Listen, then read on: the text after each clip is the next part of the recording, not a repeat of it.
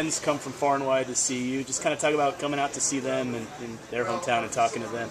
Well, it's really an honor to be here tonight and see our good fans up here in this part of the state.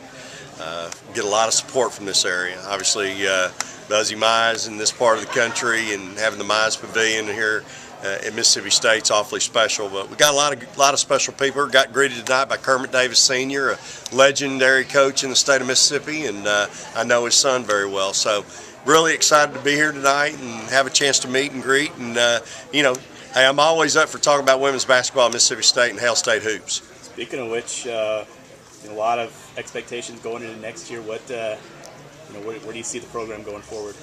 Well, it's an exciting time right now. Obviously, we're a young team. We'll have one senior next year.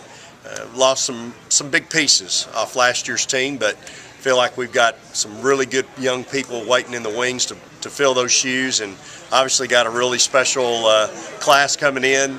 Got a chance to really be special in the coming years, and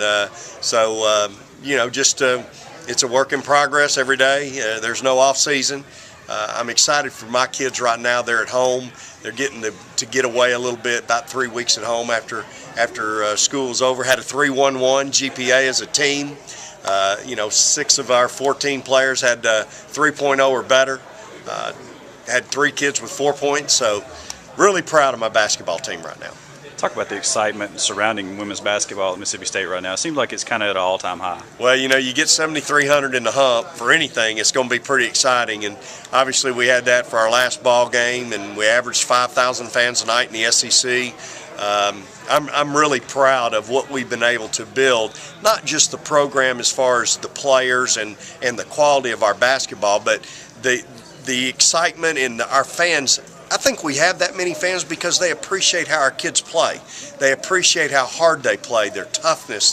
They're just winners, and so that's part of the program. It's not just playing the game, but how you play the game, the respect that you have for the game. So I think that's why those fans are coming to see us play, and that's not going to change. We're going to continue to do things the way we do.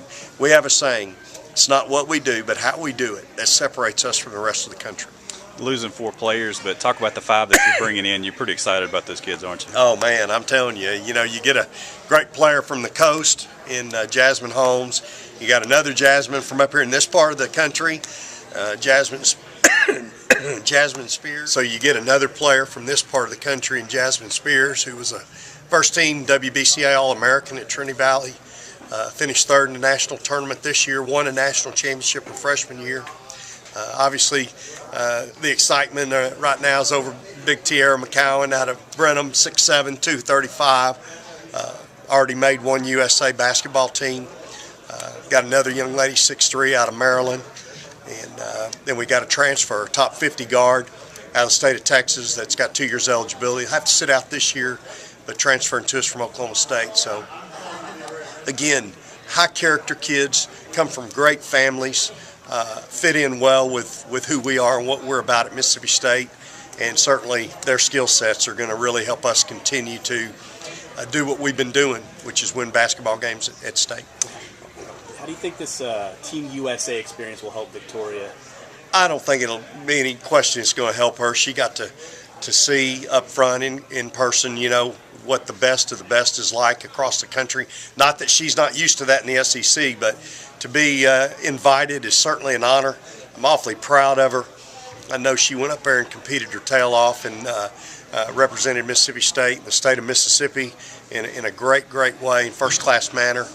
She'll have that opportunity again, and there's no doubt in my mind she gets another opportunity. She'll go up there and give it her very best. So proud of her.